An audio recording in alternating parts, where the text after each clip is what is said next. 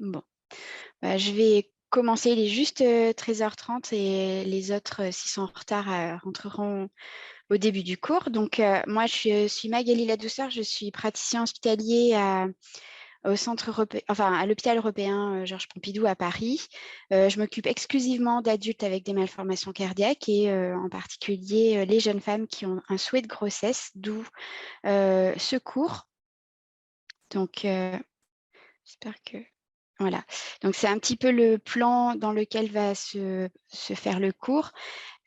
Pourquoi c'est important de parler de grossesse et cardiopathie congénitale? Parce que, comme vous le savez, la population adulte est devenue très nombreuse, et même plus nombreuse que la population enfant avec une malformation cardiaque. Parmi eux, beaucoup de femmes jeunes avec un désir de grossesse. Et ceci explique qu'aujourd'hui, la maladie cardiovasculaire est la première cause de décès maternel en France. Ça concerne 17% des décès maternels de causes indirectes, suivis par le suicide. Donc, c'est vraiment quelque chose qu'il faut qu'on prenne à bras le corps. Il y a des choses qui sont induites par la grossesse, comme les complications cardio-obstétricales liées à la prééclampsie ou les hypertensions gravidiques qui font que on peut avoir des patientes qui décompensent sur ce procédé, mais il y a aussi des causes indirectes qui sont des complications hémorragiques ou thromboemboliques chez des patientes qui ont une propension à avoir ce type de complications ou même des complications infectieuses. Et comme on s'adresse à des patientes avec des cardiopathies, on pense à l'endocardite. Ces données sont assez similaires à ce qu'on retrouve dans d'autres pays, comme par exemple au Royaume-Uni, où on a vu que les causes de décès sont heureusement décroissantes concernant les grossesses sur cardiopathie congénitale. Et ça s'explique assez bien par le fait que ces patientes sont dans des circuits spécialisés. Et donc, dès l'adolescence, on va aborder la problématique de grossesse qui va donc du coup être évalué. On va évaluer le risque et on va aussi mettre en place une prise en charge spécialisée qui fait que les résultats sont sûrement meilleurs que pour les cardiomyopathies valvulaires ou les cardiomyopathies dilatées et encore plus les cardiopathies ischémiques qui sont de plus en plus fréquentes parce que les femmes ont des grossesses plus tardives avec des facteurs de risque comme le surpoids, l'hypertension, le diabète ou bien même l'obésité.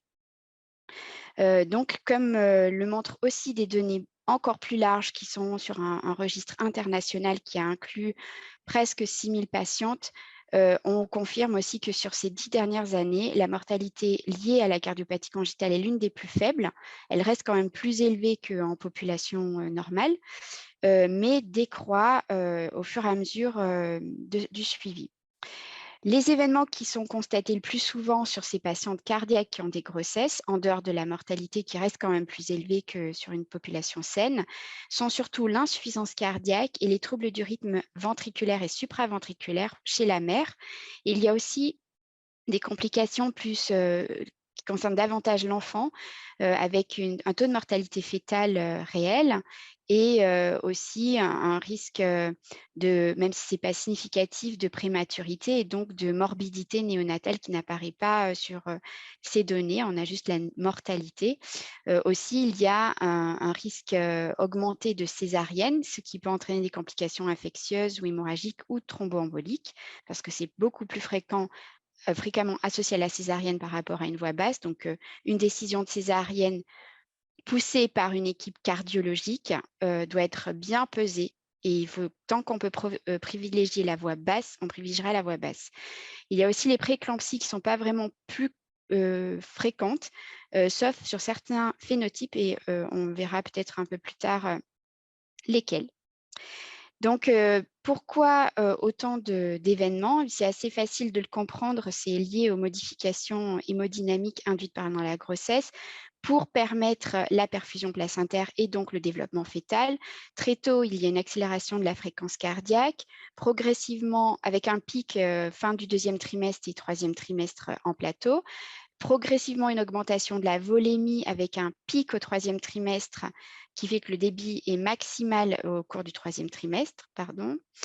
Juste après pendant l'accouchement, il y a des modifications surtout de pression, mais aussi débit, car à chaque contraction, il y a une augmentation du débit maternel, cardiaque.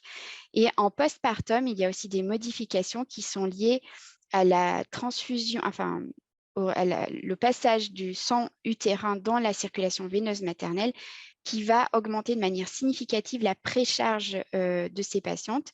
Et donc, des patientes qui sont déjà en hyper-régime, qui vont avoir ce regain de volémie, peuvent décompenser pendant la période du postpartum. Ce phénomène est très fort à 48 heures qui suivent l'accouchement, mais peut persister jusqu'à la 6e semaine postpartum où la volémie revient à la normale.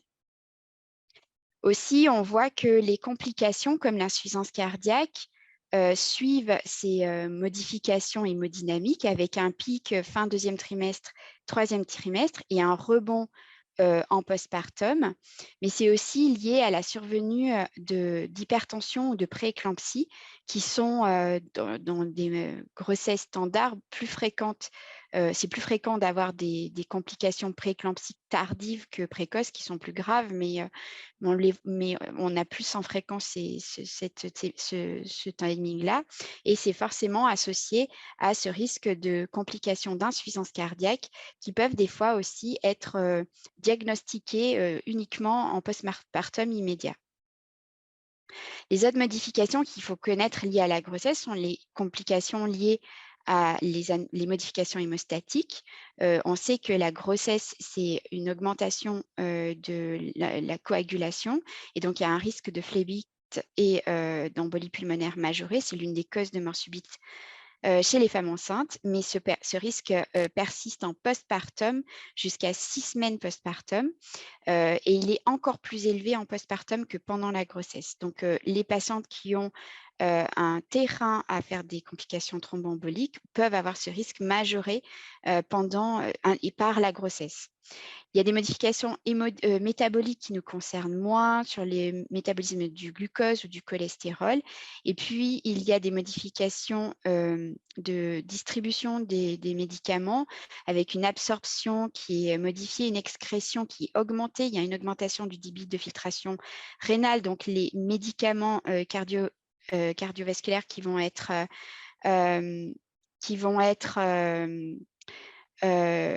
donc pris par la mère et qui ont une excrétion rénale vont avoir moins d'effet. Aussi, la biodisponibilité est différente du fait d'une hémodilution qui peut être induite par la volémie maternelle. Donc, c'est des choses qu'il faut savoir évaluer et donc ajuster en fonction de la réponse et de la tolérance maternelle.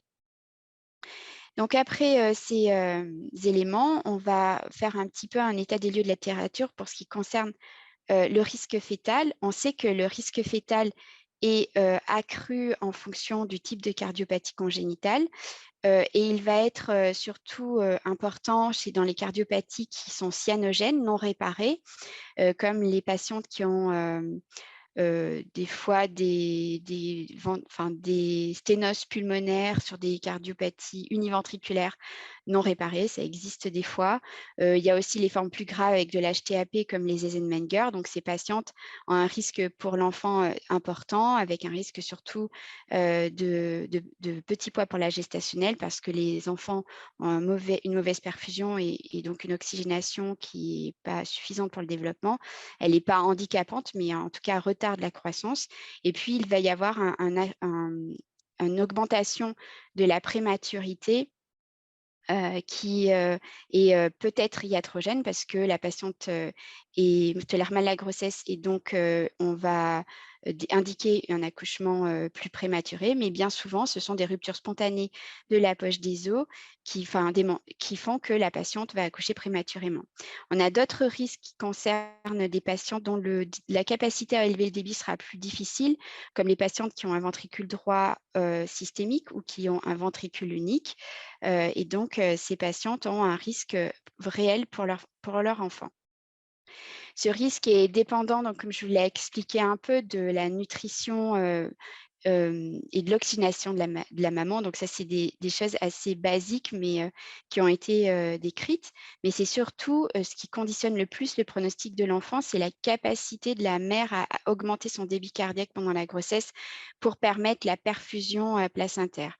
Cette capacité, avec plein de mécanismes induits par la grossesse, fait que la placentation sera probablement insuffisante, avec des anomalies du flux utéroplacentaire qui vont directement avoir un retentissement sur la croissance fœtale et aussi sur la durée de la grossesse, avec un risque accru aussi de fausse couche qui est probablement lié à un problème de placentation au moment du développement du fœtus. Les autres risques connus sont liés, ça c'est une étude large en population sur des données d'assurance maladie de l'Allemagne, où ils ont mis en évidence qu'il y avait un risque accru chez ces patients d'avoir des enfants avec des malformations cardiaques. Bon, ça, on le connaissait, mais surtout, il y a des risques de complications néonatales, donc d'hospitalisation dans des services de néonatologie, voire de décès et de complications respiratoires, directement liées au degré de complexité de la cardiopathie maternelle. Donc, ça rejoint le problème de capacité de débit cardiaque maternel adapté au terme de la grossesse. Aussi, chez les patientes qui ont des hypertensions, elles vont avoir plus de retentissement, en particulier sur la croissance fœtale, c'est directement lié. Il y a un impact aussi médicamenteux pour les patientes qui prennent des AVK, par exemple. Ça peut avoir un effet direct sur l'enfant et ses doses dépendants, avec un risque de tératogénicité, et aussi les grossesses qui ont été induites par un traitement de fertilité. On a un certain nombre de patientes qui sont concernées parce qu'elles ont des problèmes de fertilité qui sont connus, comme par exemple les patientes avec un ventricule unique. Ce risque de récurrence génétique dont je vous ai parlé, il est vrai pour le père et pour la mère, donc c'est important d'informer les patientes qui souhaitent être enceintes. Il est variable en fonction de la cardiopathie, sachant qu'il est majeur pour les patientes qui ont une cardiopathie du cœur gauche, et y compris les bicuspidies aortiques. Ces patientes-là peuvent avoir des enfants qui ont une coarctation à la naissance, ou pire, une hypoplasie du cœur gauche, parce que souvent c'est dans le même spectrum que la pathologie maternelle. Donc, si ça touche le cœur gauche, ce sera davantage des malformations cardiaques du côté gauche, et si c'est le cœur droit, davantage des malformations du côté droit, mais ce n'est pas absolu. On peut avoir une maman avec une tétralogie de Fallot qui donne naissance à un enfant avec une coarctation. Et ce risque est majoré quand c'est la mère qui est touchée par rapport au père. Donc, c'est quand même important de bien informer le couple, que ce soit un homme ou une femme, sur ce risque, pour faire le dépistage de la cardiopathie fœtale au 2e trimestre, généralement à partir de 18 semaines d'aménorrhée. Et de plus en plus, les collègues cardiopédiatres commencent à faire des diagnostics à 16 semaines d'aménorrhée. Donc, c'est vraiment très important pour le couple pour pouvoir décider du devenir de la grossesse. Il y a aussi donc des risques médicamenteux. Donc, il y a plein de ressources pour pouvoir savoir quel est le risque sur l'enfant. Comme on sait qu'il y a un risque, certains traitements, si la patiente souhaite vraiment être enceinte, seront arrêtés ou substitués pour un traitement non toxique ou non tératogène pour le fœtus. C'est le cas, par exemple, des IEC qu'on va arrêter, et on va réévaluer la patiente à l'arrêt des IEC, ou des patientes qui ont de l'aldactone, par exemple.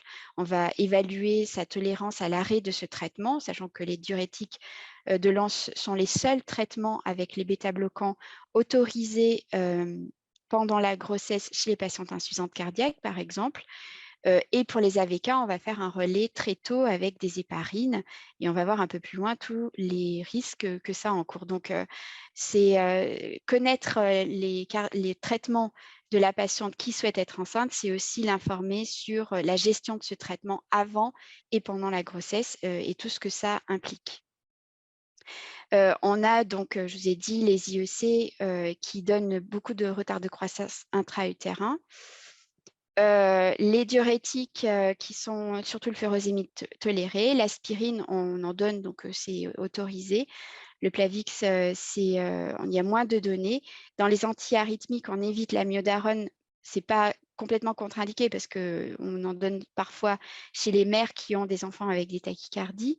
Mais il faut faire quand même très attention parce qu'il y a des risques d'hypothyroïdie qu'il faut savoir dépister à la naissance. Et c'est vraiment le traitement qu'on donnera au dernier recours et si possible plus tard dans la grossesse. Les bêta-bloquants, il y a surtout un risque de bradycardie et d'hypoglycémie. Donc, ça nécessite que que les obstétriciens et surtout les néonatologues soient au courant de la prise de ce médicament pendant la grossesse. Les autres traitements antiarythmiques, il y a moins de données. Donc, c'est vrai que ce n'est pas des traitements qu'on priorise et les statines sont normalement à arrêter avant le projet de grossesse. Ce risque chez l'enfant est de l'ordre de 1/4 des bébés, avec un risque de mortalité de 1 à 4 %. Il y a des scores qu'on a essayé d'établir pour pouvoir estimer le risque chez l'enfant, mais ces scores n'ont jamais été validés prospectivement, donc ça veut dire qu'ils ne marchent pas. Ce qu'on sait, c'est qu'une patiente qui est symptomatique ou cyanosée aura un risque pour l'enfant. Donc, ça veut dire qu'il faut anticiper le fait qu'il y ait un service de néonatologie adapté pour prendre en charge à l'enfant, ce qui peut se décider au cours de grossesse, hein, si on fait un diagnostic de retard de croissance précocement. On peut organiser le transfert de la patiente dans une maternité où il y aura une néonatologie adaptée pour le terme du bébé. C'est vrai aussi pour les cardiopathies obstructives, en particulier le rétrécissement mitral, qui est très mal toléré aussi bien pour la mère que l'enfant pendant la grossesse. Les patientes qui fument, les grossesses multiples, parce que le débit cardiaque des grossesses gémellaires est plus augmenté qu'un débit cardiaque chez des grossesses simples. L'utilisation des AVK, on en a parlé, et de ce fait, la présence de valves mécaniques complexifie le devenir du fœtus. On a aussi un risque maternel qui est celui qui nous intéresse davantage. Enfin, moi, en tant que cardiologue, je suis biaisée, mais c'est aussi parce que ce sont nos patientes. Ce risque est aussi très différent en fonction de la cardiopathie maternelle sous-jacente. Ça va être essentiellement, donc je vous avais dit tout à l'heure, des risques d'insuffisance cardiaque. Et on voit que c'est très vrai pour les cardiopathies les plus sévères, comme les cardiopathies avec un seul ventricule ou avec un VD systémique, donc les doubles discordances ou transpositions des gros vaisseaux corrigés, mais aussi les transpositions des gros vaisseaux qui, avant l'ère du switch artériel, étaient palliées par des switches atriaux, ce qu'on appelle les chirurgies de Senning ou de Mustard. Et donc, on a des patientes qui ont encore des VD systémiques. Et puis, les cardiopathies aussi cyanogènes, comme avec HTAP ou sans HTAP, font davantage d'insuffisance cardiaque. Souvent, quand il n'y a pas d'HTAP, c'est parce qu'il y a de l'hyperdébit malgré tout et du remodelage ventriculaire qui va être aggravé par le débit maternel. Et l'Eisenmenger, c'est parce que c'est la présence de résistance vasculaire élevée, fixée, ne va pas permettre d'élever le débit cardiaque induit dans la grossesse, et donc on va avoir très vite des signes de défaillance du ventricule sous-pulmonaire et finalement des signes de bas débit ou d'insuffisance cardiaque chez ces patientes qui sont normalement contre-indiquées à un projet de grossesse. Pour classer ce risque, pour stratifier ce risque, il y a plusieurs scores qui ont été soit développés, soit établis par des avis d'experts. Donc, ceux qui ont été développés à partir de cohortes de patientes, c'est le cas de CARPREG. Il y a le CARPREG 1, CARPREG 2, dans lequel il y a des cardiopathies congénitales et non congénitales, qui a été validé dans différentes populations. Il y a le score de Zahara qui est aussi validé sur une autre population, mais qui ne concerne que les cardiopathies congénitales. Et celui qui a la meilleure performance, mais qui est loin d'être satisfaisante, c'est la classification OMS. En tout cas, c'est celle sur les différentes études évaluant ces risques qui montrent les meilleurs résultats pour prédire le risque de complications maternelles et donc décider où on va faire accoucher la patiente. Ce risque est accessible sur les récentes recommandations de l'ESC qui sont gratuites en ligne, et, bon, en anglais, mais, et qui datent de 2018. Donc, vous pouvez, si vous utilisez ces recommandations ou l'application de l'ESC, vous pouvez, même en consultation, pouvoir établir parler avec la patiente et lui donner une idée du risque qu'elle aura pendant la grossesse. Sachant que ce risque augmente avec la complexité de la maladie, et on va retenir que dans les classes, on va s'intéresser, les OMS 1, ce sont les petits shunts fermés, les sténoses pulmonaires pas très serrées. Ces patients peuvent accoucher peuvent être vus 1 à 2 fois pendant la grossesse et accoucher dans des hôpitaux locaux, de même que les OMS 2, où on les verra peut-être plus 3 fois, 3 fois pendant la grossesse. Par contre, à partir des OMS 2 et 3, on va les voir 3 à 4 fois pendant la grossesse, sans 3 à 4 fois pendant la grossesse, et on va les faire accoucher dans des centres experts. Aussi, ces patientes, quand elles sont OMS 3 et dedans, par exemple, il y a les patientes qui ont un Fontan ou un VD systémique, on va les voir de façon beaucoup plus rapprochée tous les mois, voire au minimum tous les 2 mois, mais tous les mois, et des fois plus rapprochés en fin de grossesse, et on va les faire accoucher dans des centres experts avec un environnement cardiologique, une réa médicale, voire chirurgicale quand c'est des aortes fragiles. Et les OMS 4, c'est grossesses qui sont contre-indiquées. Dans ces dernières, il y a les aortes trop pathologiques, mais aussi ce qu'il faut retenir, c'est les HTAP qui sont normalement déconseillées pour la grossesse. Donc, elles doivent être informées du risque qui les concerne, et aussi les VD systémiques avec une fonction moyenne, et les ventricules uniques palliés par une circulation de Fontan à partir du moment où elles ont eu une complication, quelle qu'elle soit. Ça peut être un trouble du rythme, ça peut être de la cyanose, même si elles ont été embolisées, ça peut être une fonction moyenne, ça peut être une fuite des valves auriculoventriculaires moyennes, un obstacle sous-aortique. Enfin, à partir du moment où ce n'est pas parfait, normalement, on ne devrait pas les autoriser à être enceintes, ce qui n'est pas tout à fait le cas de la vraie vie. Mais c'est sûr qu'elles ont plus d'événements, ces patientes-là. Et ça a été assez évident au vu des données qui sont issues d'Europac, où on voit que ces patientes ont jusqu'à 50% d'événements quand elles sont en classe OMS 4. On doit aussi parler avec ces patientes du risque de complications à long terme et du retentissement de la grossesse sur la cardiopathie maternelle.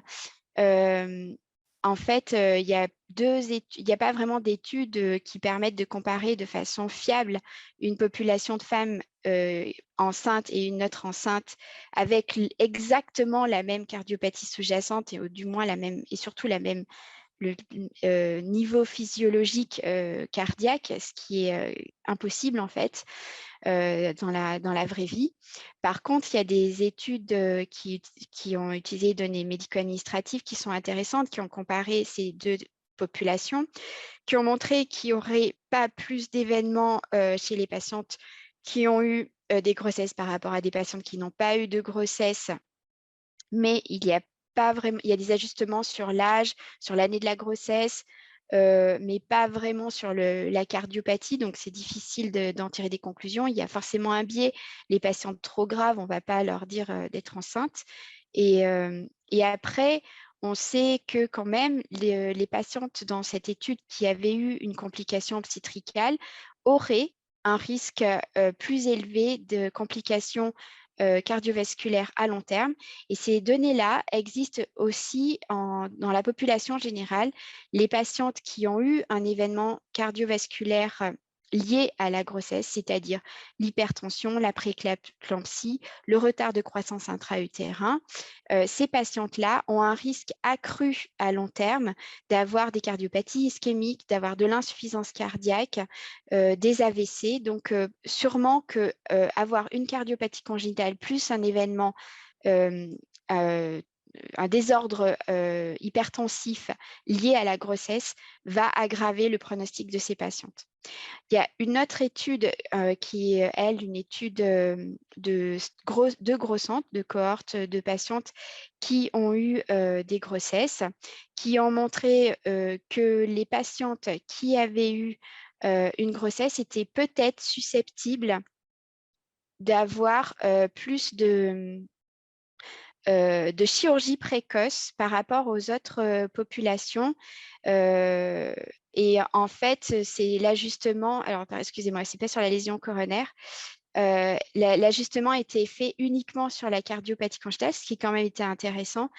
Ça voudrait dire que, et c'est le cas aussi sur des petites séries, qu'une patiente qui a un rétrécissement aortique moyen qui était enceinte par rapport à une patiente qui a un rétrécissement aortique moyen qui n'a pas été enceinte aura un risque d'être opérée plus tôt du rétrécissement aortique. Et ça, été démontré sur des petites cohortes uniquement de rétrécissement aortique.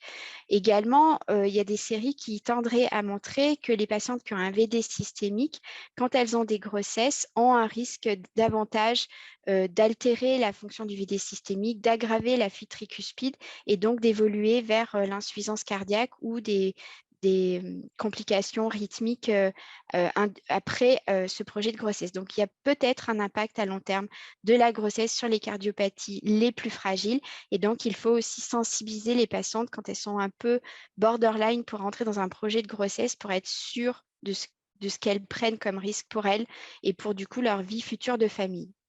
Donc, tout ça doit être discuté en conseil préconceptionnel, c'est l'idéal. Donc, normalement, il faut faire le diagnostic de la malformation cardiaque, l'évaluer avec les outils donc, cliniques, électro, les biomarqueurs. C'est très important d'avoir un NT-proBNP parce que c'est aussi un marqueur pronostic, y compris pendant la grossesse jusqu'à la 20e semaine d'aménorrhée. Si on a un biomarqueur qui augmente, ce n'est pas un bon pronostic et il y a un risque d'événement au cours du 3e trimestre ou en postpartum. C'est important aussi de chercher s'il y a des facteurs ajustables. Une patiente qui va être obèse, hypertendue, on peut ajuster ces risques-là, lui dire d'essayer de perdre du poids, de faire aussi de l'exercice. C'est important pour que la grossesse soit mieux tolérée. Si elle fume, essayer d'arrêter de fumer, c'est aussi, en vue de cette grossesse, c'est important parce que ça peut être un facteur de risque. Adapter les traitements, donc c'est le conseil préconceptionnel a cette importance pour ça. Et puis, s'il y a des lésions résiduelles, si elles sont vraiment sévères, comme je vous parlais du rétrécissement aortique, eh bien, traiter ce rétrécissement aortique avant de s'embarquer dans un projet de grossesse. Donc, il faut surtout donc, évaluer ce risque. Vous pouvez utiliser les scores dont je vous ai parlé. Nous, on a un RCP national, on utilise le score OMS, mais pas que. C'est-à-dire qu'on individualise vraiment le risque par patiente en fonction de la cardiopathie sous-jacente parce qu'on peut avoir une grosse fuite pulmonaire sur une tétralogie de Fallot réparée avec un très bon ventricule droit ou au contraire un ventricule droit qui montre des signes une fraction d'éjection basse qui est très dilatée et une épreuve d'effort qui n'est pas très bonne. Donc, tous ces éléments font qu'on va ajuster notre discours, on va peut-être suivre différemment la patiente et c'est important de stratifier, d'évaluer ce risque. Une fois que vous avez fait ce bilan et déterminé approximativement un risque pour la patiente, vous allez déterminer avec quelle équipe vous allez travailler et quel plan de suivi vous allez entreprendre une fois qu'elle est enceinte. Il faut bien informer la patiente sur ce programme et ce qu'elle doit faire, elle, pour minimiser ce risque en amont ou pendant la grossesse, la sensibiliser sur les signes, comprendre les enjeux qu'elle prend en étant enceinte, si c'est vraiment des cardiopathies très lourdes, très complexes. Et puis, si elle a bien compris, c'est une forme d'éducation thérapeutique, elle va reconnaître les signaux d'alerte qui font qu'elle ira au bon endroit, appellera au bon moment, sera rigoureuse sur son suivi. Ça, c'est vraiment des éléments aussi qui comptent pour que la grossesse se passe bien.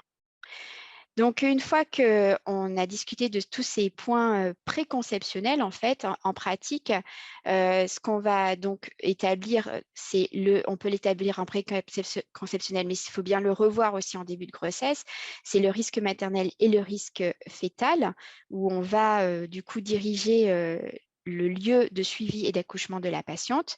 Ensuite, on va lui donner son plan de suivi qui peut être ajusté en fonction de la tolérance de la grossesse si la patiente développe un trouble du rythme pendant la grossesse ou aggrave sa classe fonctionnelle ou a plus d'œdème que la grossesse ne le veut, c'est il faut l'avoir plus précocement.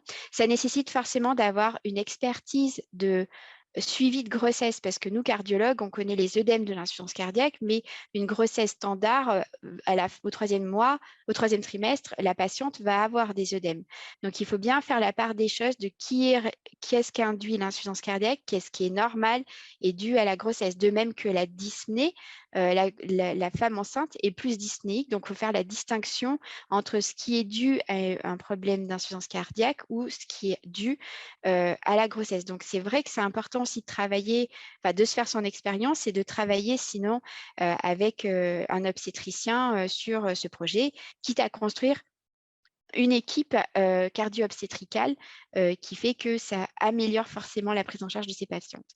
On va discuter aussi du moment de l'accouchement. La plupart des grossesses, on essaie de les conduire à 40 semaines de grossesse, mais si il y a une prise de risque par la patiente ou s'il y a des événements, on va avancer ce terme. On essaie tout pour que ce soit un terme non prématuré, c'est-à-dire qu'on essaie d'être quand même autour de 38-39, mais c'est vraiment chaque fois aussi ajusté.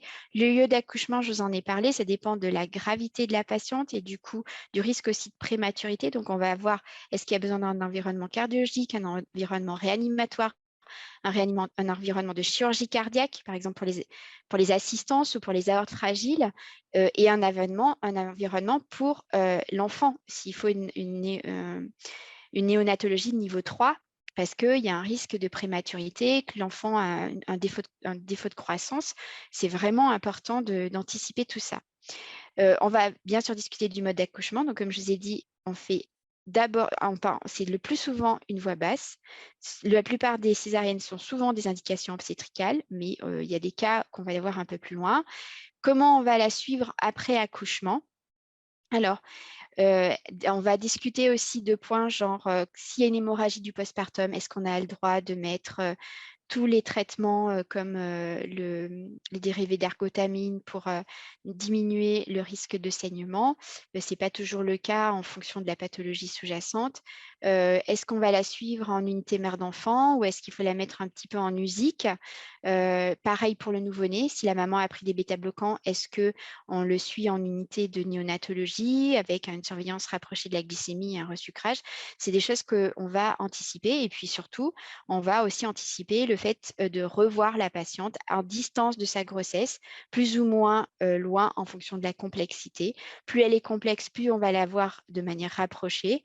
Ça peut être dans le mois ou ça peut être à 3 mois. Et puis, c'est des choses assez simples. Moi, j'essaie de revoir mes patientes quand même à 6 mois de l'accouchement pour être sûr que tout rentre dans l'ordre. Donc, les règles d'or, c'est une équipe multidisciplinaire. Soit vous vous rapprochez d'une équipe existante, soit vous commencez à construire cette équipe. Mais bon, je vois que la plupart de mes collègues ont des centres M3C ont mis en place ces réseaux et je pense que comme au niveau européen, ça a nettement amélioré les résultats de nos patientes. La plupart on va favoriser donc des accouchements spontanés quand la fonction cardiaque est normale, quand c'est des cardiopathies congénitales simples, avec des lésions résiduelles minimes. Hein. Ça, c'est tout à fait possible, mais sinon, on planifie. Donc, ça veut dire qu'on va souvent déclencher l'accouchement, plutôt, comme je vous ai dit, vers 40, mais toujours à adapter en fonction de la condition maternelle. On va discuter aussi de l'induction avec les prostaglandines. Il y a toujours des risques de spasme ou d'hypotension. Donc, sur certaines cardiopathies, ça peut être mal toléré, comme par exemple les patientes qui ont de l'hypertension artérielle pulmonaire. Donc souvent, quand on a une cardiopathie un peu instable, les obstétriciens vont prioriser des déclenchements mécaniques si ça marche, quoi. Mais c'est vrai que ça nécessite vraiment, pour le coup, l'expérience de l'équipe obstétricale de la prise en charge de patientes cardiaques. On va discuter aussi de quel monitoring on va mettre en place en salle de travail. Est-ce qu'il faut le scoper la malade? Est-ce qu'il faut surveiller la saturation? C'est des choses qui vont être anticipées en fonction du risque de troubles du rythme ou de majoration de la cyanose qui va être induit par certains anesthésiants. Et donc, on va bien sûr discuter du type d'anesthésie. On privilégie la péridurale, mais parfois, quand il y a quand c'est une césarienne qui est un peu compliquée, des fois, on préfère faire des blocs rachidiens. Il faut faire attention parce que comme il y a des dérivés morphiniques, il y a un risque de chute tensionnelle qui peut être mal toléré quand on a surtout des patientes cyanosées parce que ça va majorer le champ droit-gauche et ça peut être très mal toléré, notamment quand on a des Eisenmenger, par exemple. Aussi, quand on a des cardiopathies qui sont obstructives, comme les cardiomyopathies hypertrophiques ou les rétrécissements aortiques serrés, ça peut entraîner des mauvaises tolérances chez la patiente avec même des troubles de conscience du fait par le mauvais débit. Donc, c'est des choses qu'il faut faire avec des techniques d'anesthésiste. C'est vraiment leur métier. Ils savent souvent qu'ils peuvent faire des rachis, mais avec des diffusions titrées, c'est très doux et c'est généralement assez bien géré. Donc, la voie d'accouchement, j'en ai parlé, on ne privilégiera pas la césarienne. Pourquoi? Parce que la césarienne, c'est documenté dans plein d'études d'obstétrique. C'est associé à une majoration de perte sanguine. Les patients perdent jusqu'à 1 litre de sang, alors que c'est que 500 millilitres en moyenne chez les accouchements par voie basse. Il y a un risque infectieux du fait de la cicatrice et il y a un risque majoré thromboembolique. Et ça, c'est vrai vraiment pour la césarienne. Donc, on va privilégier la voie basse, sauf raison obstétricale, les utérus bicicatriciels, la présentation du fœtus, si il faut accoucher chez un enfant qui est à un terme très tôt. Donc, ça, c'est vraiment des discussions avec l'équipe obstétricale. Aussi, si la patiente arrive en menace d'accouchement prématuré sous AVK et que le relais n'a pas pu être fait par héparine au préalable, les aortes qui sont fragiles au-dessus de 45 mm ou celles qui ont des dissections aortiques aiguës ou chroniques, c'est des indications à césarienne. L'insuffisance cardiaque non contrôlée aussi pour éviter d'aggraver la décompensation par les efforts liés à l'accouchement par voie basse. Certaines fois, les rétrécissements aortiques serrés, mais c'est vrai que je pense qu'un rétrécissement aortique serré symptomatique vaut mieux faire un accouchement par césarienne. L'hypertension artérielle pulmonaire, ça a été longtemps débattu, mais clairement, il vaut mieux le faire de manière programmée avec tout le personnel qualifié présent, avec le backup pour l'assistance, pour le derrière, rentrer vite dans un projet de transplantation si les choses se passent mal. Donc, il vaut mieux, pour bien tout contrôler, privilégier la césarienne.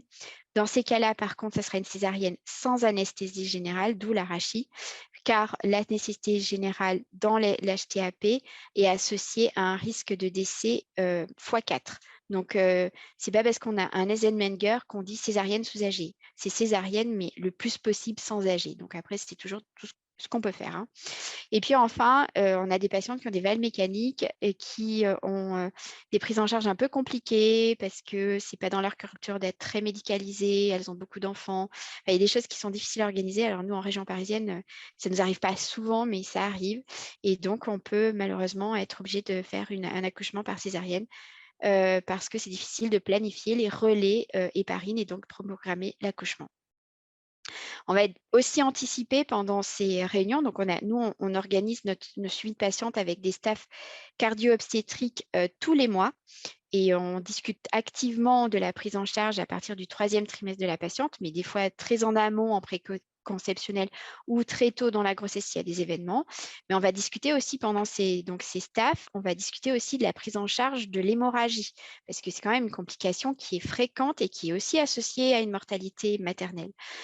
Donc, il y avait différentes choses pour traiter l'hémorragie. Donc, vous avez parlé des dérivés d'ergotamine, où il y a un risque de vasospasme. On parle surtout de spasme coronaire.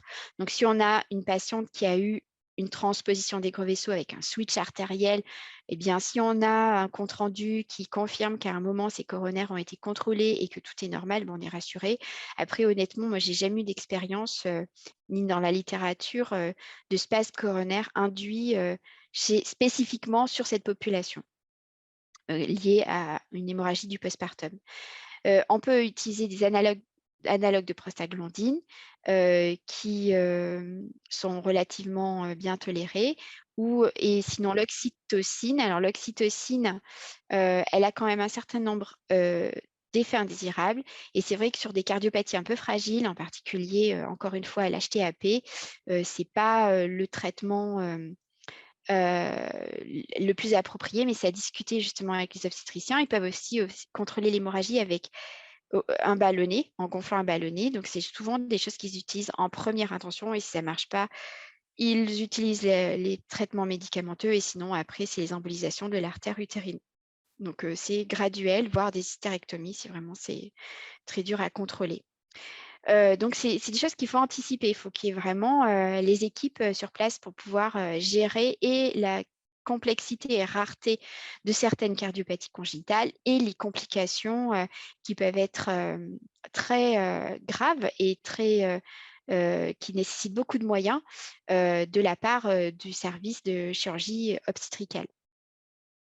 On va aussi discuter de la prévention du risque thromboembolique, et on a certaines patientes, notamment les cardiopathies cyanogènes, les patientes qui ont des dérivations cavo-pulmonaires totales, donc les circulations de fond de temps, de mettre en place un traitement préventif chez ces patientes, car il y a un réel risque thromboembolique. Et même pour vous dire, on a un gros débat de savoir s'il faut faire des anticoagulations efficaces, chez les patientes enceintes dans les ventricules uniques avec des dérivations cavo-pulmonaires totales, ou des traitements préventifs. Nous, on a fait le choix de mettre en place une anticoagulation préventive forte, sauf chez les patientes qui ont un risque réel parce qu'elles ont déjà fait une complication thromboembolique ou qu'elles ont fait une arythmie. Donc, dans ces cas-là, on les traite de manière efficace. Et on a une de nos patientes qui n'a pas bien suivi ces recommandations et qui a fait l'embolie pulmonaire, ce qui est assez grave là en fin de grossesse. Donc, c'est des choses qu'il faut vraiment discuter avec l'expertise que vous aurez en cardiopathie congénitale à la fin du DU, mais aussi votre expérience clinique. Et n'hésitez pas à vous rapprocher des centres experts pour la gestion de ces patientes, et on va anticiper aussi cette problématique. Le risque infectieux aussi, on va en discuter. Les recommandations internationales ne préconisent pas de mettre en place une antibioprophylaxie pour un accouchement, ni d'ailleurs même un poste de stérilet. Que ce soit un accouchement voie basse ou césarienne, il n'y a pas d'indication prophylactique. Par contre, à la moindre infection constatée par l'obstétricien, si il y a une césarienne qui est un peu avec des tissus infectés, c'est vrai que la prescription d'antibiotiques sera assez large. Enfin, du coup, c'est ce que me disent mes collègues obstétriciens, mais les recommandations, en tout cas, ne disent pas de mettre systématiquement une antibioprophylaxie. Puis bien sûr, on va discuter de où va être surveillée la patiente en postpartum, on en a discuté, et certains cas à risque d'insuffisance cardiaque ou d'arythmie ou d'aggravation de la cyanose vont être passés 24-48 heures en USIC pour être sûr que tout se passe bien. Pardon.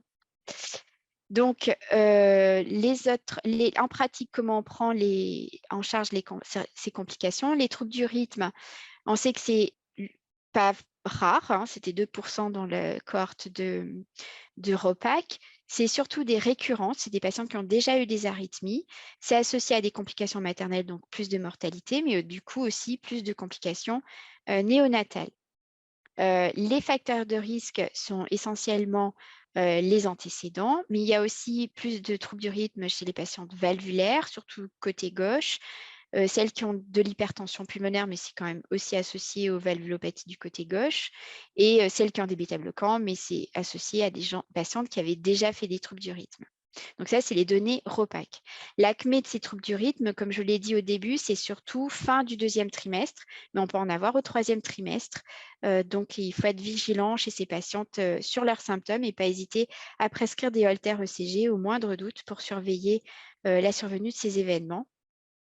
Certains troubles du rythme peuvent être très mal tolérés. C'est le cas des patientes qui ont les switch atriaux, donc le fameux mustard ou Senning, ou celles qui ont une dérivation cavo-pulmonaire totale, c'est-à-dire une circulation de fond de temps, parce que quand elles sont en arythmie, il va y avoir une diminution de la précharge du ventricule systémique et elles peuvent très vite évoluer vers un bas débit, de l'ischémie myocardique et dégénérer en fibrillation ventriculaire et donc décéder.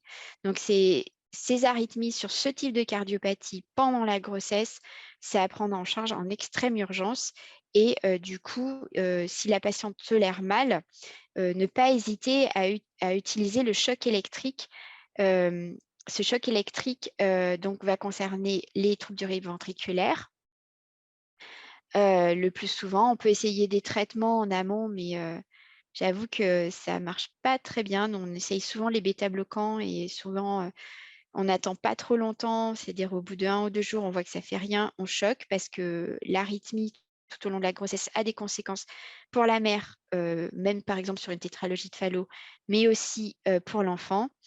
Et ce choc électrique doit être fait à proximité d'une maternité parce que lorsqu'on choque la mère, on synchronise le défibrillateur sur le rythme maternel pour éviter de choquer sur un complexe QRS maternel qui entraînerait une torsade de pointe et un risque de fibrillation ventriculaire et de décès. Par contre, on ne peut pas synchroniser sur le rythme cardiaque fœtal, donc il n'est pas exclu que le choc entraîne une torsade de pointe fœtale et donc une mort fœtale in utero. Si l'enfant est à un âge viable, par exemple si ça survient à 33 semaines de grossesse, par exemple, ça voudrait dire que l'obstétricien soit présent et fasse ce qu'il appelle le code rouge, c'est-à-dire qu'en 15 minutes, il doit césariser la patiente et extraire l'enfant. Donc, c'est vraiment, s'il y a un choc électrique, c'est environnement cardio et obstétrical. Ça, c'est vraiment les choses très importantes. Et la deuxième chose, c'est si c'est sur une trouble du rythme, c'est sur une cardiopathie sévère, donc le ventricule unique ou le VD systémique, on va sauver la maman avant tout. C'est mieux quand il y a l'obstétrical et le néonatal à côté si l'enfant est viable. Et en tout cas, anesthésie et choc. L'insuffisance cardiaque, donc comme je vous ai dit, c'est difficile de le faire, le diagnostic, parce que difficile de distinguer les signes d'insuffisance cardiaque des signes normaux de grossesse. Donc, on fait très facilement chez les patientes à risque d'insuffisance cardiaque des échographies et surtout un dosage du BNP ou du NT-proBNP, ça peut vous aider. Normalement, le BNP augmente rarement au-dessus de 100, 120 chez une patiente normale. Hein. S'il passe au-dessus, c'est qu'il y a toutes les chances que la patiente soit en surcharge, donc c'est vraiment à ajuster. Là, ces patientes, on va les orienter vers des centres experts quand elles ont un risque d'insuffisance cardiaque. On peut utiliser les diurétiques de Lens. Tout le reste, tous les autres traitements d'insuffisance cardiaque, y compris les nouveaux traitements, sont contre-indiqués. On peut utiliser les inotropes si la patiente est vraiment en état de choc sur son insuffisance cardiaque.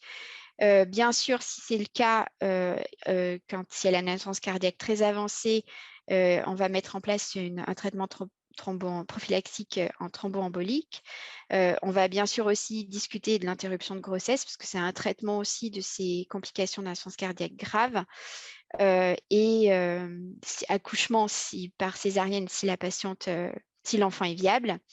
Et on fait très attention aussi quand on veut avancer le terme quand c'est assez prématuré, les collègues obstétriciens de concertation avec les néonatologues voudront induire une maturation pulmonaire à l'aide de corticoïdes. Et il faut savoir que ça peut décompenser davantage la patiente. Nous, on a eu le cas récemment sur un rétrécissement mitral. Donc, voilà, faire attention. Retenir, encore une fois, je rappelle, hein, le risque d'insuffisance cardiaque, c'est surtout deuxième, troisième trimestre et surtout postpartum. Vraiment, c'est le moment le plus crucial. Donc, vos équipes doivent être sensibilisées en postpartum sur ce risque s'il y a un risque d'insuffisance cardiaque par une mauvaise fonction ventriculaire. Ensuite, le risque infectieux. Donc, je vous ai dit, les recommandations, on fait rebrousse-poil en 2015. Bon, on n'a pas vraiment beaucoup plus d'endocardite, mais on a quelques cas d'endocardite post-IVG, par exemple. Mais bon, on peut en avoir avec des soins dentaires ou par translocation digestive. Donc, c'est un peu dur de dire que c'est parce qu'on n'a pas mis d'antibiotiques après l'IVG. Je ne suis pas convaincue non plus. Par contre, c'est un risque si une endocardite chez une maman très sérieux. Il y a un risque de mortalité maternelle très élevé, 22%, c'est très élevé.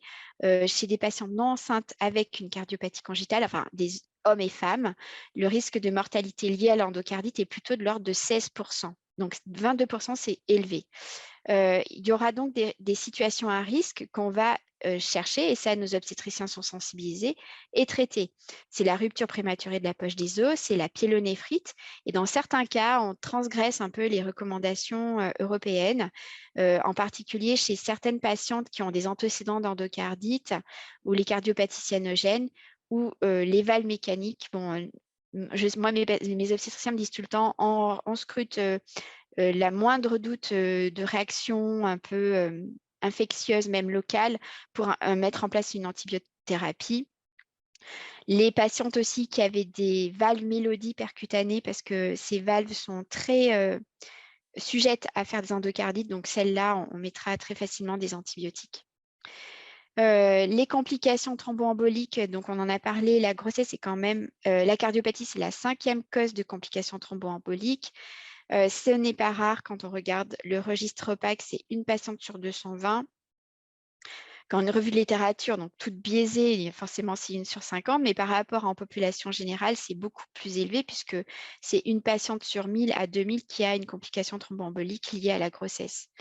Celles qui sont les plus inquiétantes, ce sont les patientes qui ont des valves mécaniques, parce qu'on sait que ces patientes ont de fait, même d'avoir une valve mécanique, un risque d'essai augmenté, un risque fœtal augmenté, surtout quand il y a une prise d'AVK le premier trimestre, mais il y a aussi un risque thromboembolique réel quand il y a des switches AVK héparine, héparine AVK, surtout au premier trimestre.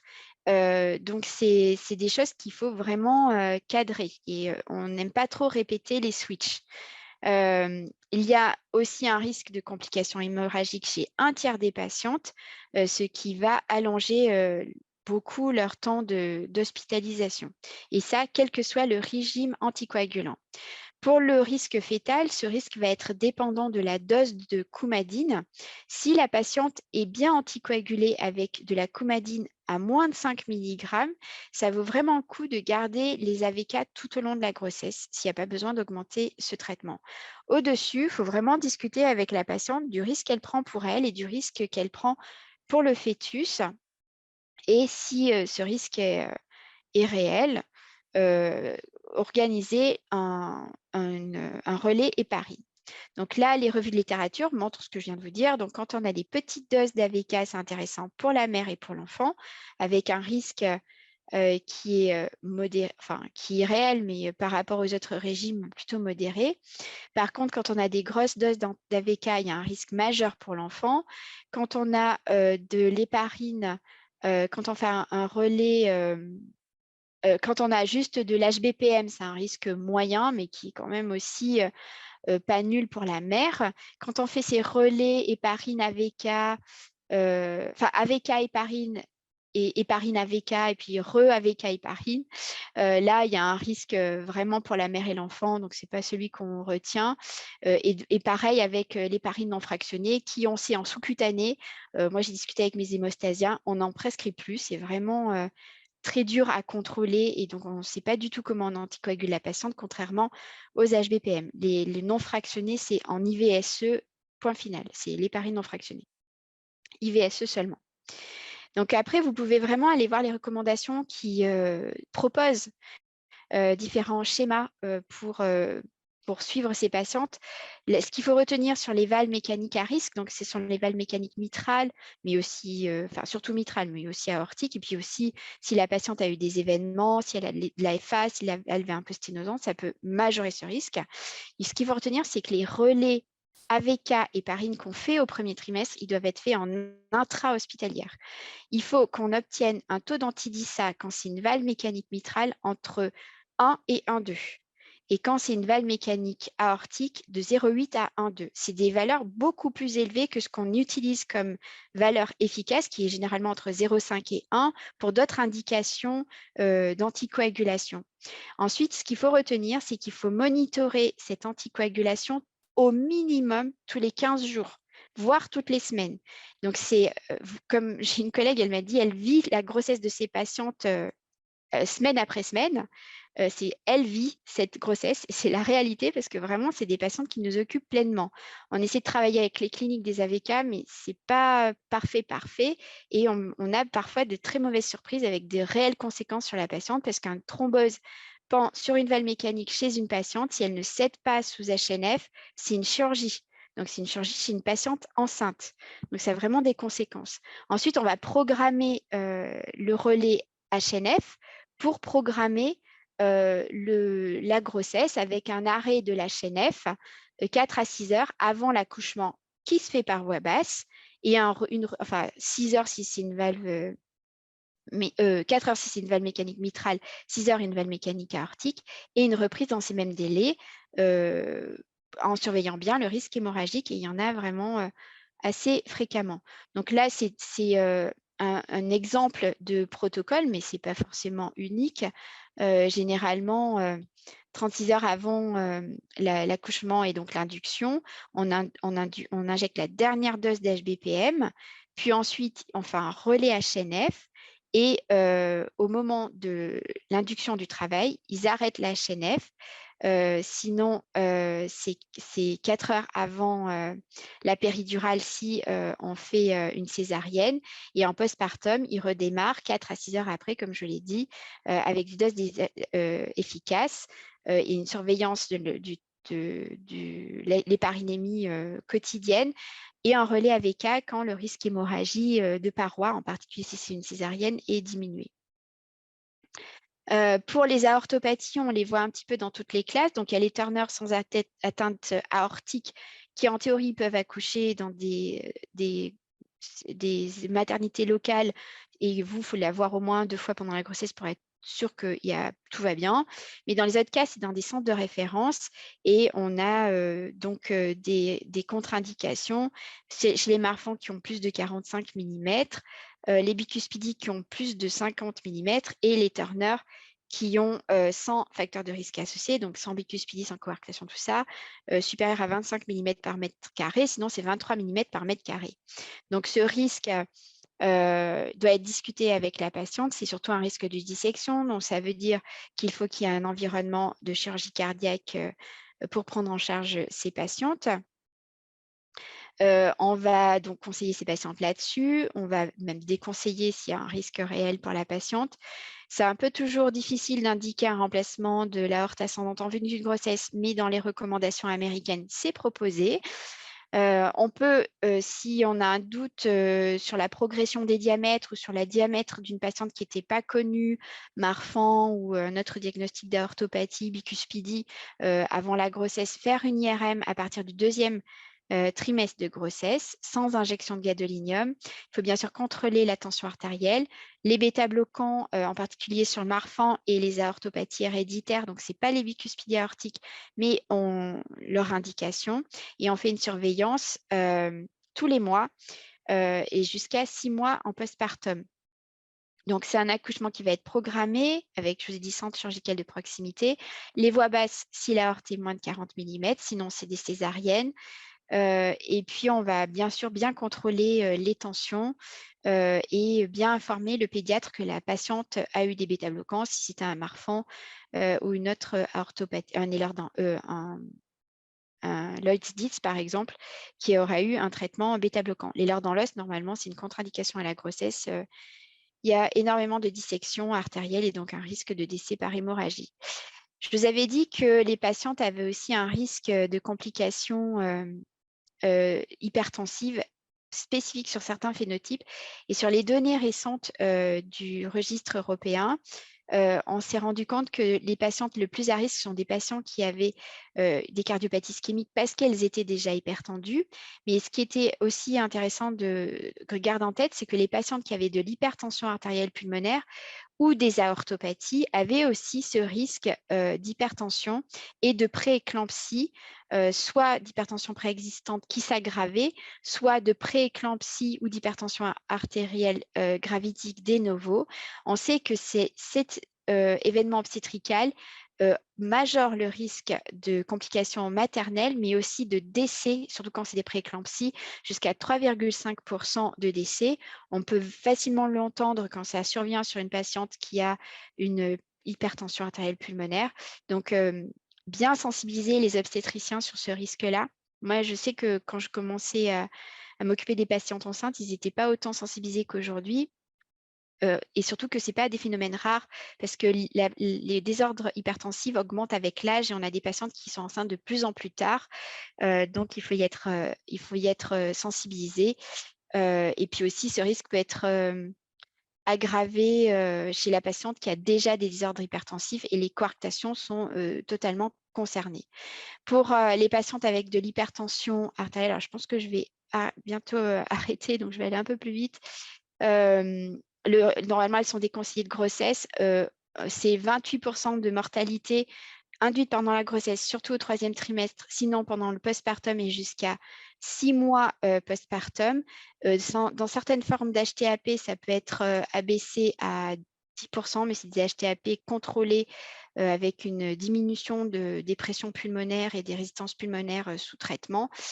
Si la patiente souhaite garder sa grossesse, si c'est un accouchement précoce en centre expert avec un backup d'assistance et de greffe et surtout avec un traitement vasodilatateur pulmonaire. Donc, c'est des grossesses extrêmement compliquées. Les cardiopathies cyanogènes, les profils ont un peu changé par rapport aux premières publications, mais on sait qu'elles ont beaucoup de risques d'insuffisance cardiaque et d'aggravation de la cyanose au moment de la grossesse, avec aussi un risque de trouble du rythme. Ce n'est pas impossible. Et surtout, ce qu'on sait, c'est que les patientes qui ont des saturations à moins de 85% ont un risque de fausse couche majeure et généralement, on les prévient que c'est compliqué de mener une grossesse avec leur état cardiaque. Donc, les fontants, elles ont surtout un risque de trouble du rythme, les ventricules uniques ou de défaillance du fontan. Donc, c'est quand même des complications sérieuses et thromboemboliques qui peuvent complètement compromettre la circulation de fontan et donc entraîner du bas débit et un décès maternel, même si les séries n'ont rapporté aucun décès maternel, même des données en population récemment publiées. Par contre, il y a un risque hémorragique réel, quel que soit le traitement qu'on ait mis en place, que ce soit un traitement anticoagulant ou antiagrégant. Donc, il faut antiagrégant seul. Donc, il faut bien prévenir les obstétriciens sur ce risque. Le VD systémique, je vous en ai parlé, il y a un risque d'aggravation de la dysfonction du VD systémique et de la fuite tricuspide. Donc, il faut bien suivre ces patientes sur le risque d'insuffisance cardiaque et en postpartum également. Et puis, donc, pour le suivi, je vous en ai parlé, c'est très important de ne pas oublier que dans l'année qui suit la grossesse, maintenant, la définition du postpartum par les obstétriciens, c'est l'année qui suit l'accouchement. On doit réévaluer les patientes, plutôt quand c'est des complexes et aussi quand il y a eu des événements cardiovasculaires maternels induits pendant la grossesse, en particulier l'hypertension et la prééclampsie. Voilà, donc là, il y a plein de liens. Le PowerPoint en PDF, je crois que je l'avais envoyé, mais je le renverrai à la secrétaire du du DIU, on a écrit un PNDS sur grossesse et complexe enfin, grossesse et cardiopathie congénitale complexe. Vous avez les recommandations de l'USC, les recommandations de l'AHA et vous avez plein de liens pour les médicaments, dont celui du CRAT. Et vous pouvez même envoyer des mails aux médecins en charge du CRAT, qui sont essentiellement des pharmaciens et qui vous renseigneront de la manière la plus précise et la plus à jour. Voilà. Bon, je ne vais pas faire la contraception parce que je n'ai pas le temps, mais si vous avez des questions, vous pouvez m'en envoyer. Je vais vous mettre mon mail parce que je pense qu'il y a le cours suivant maintenant.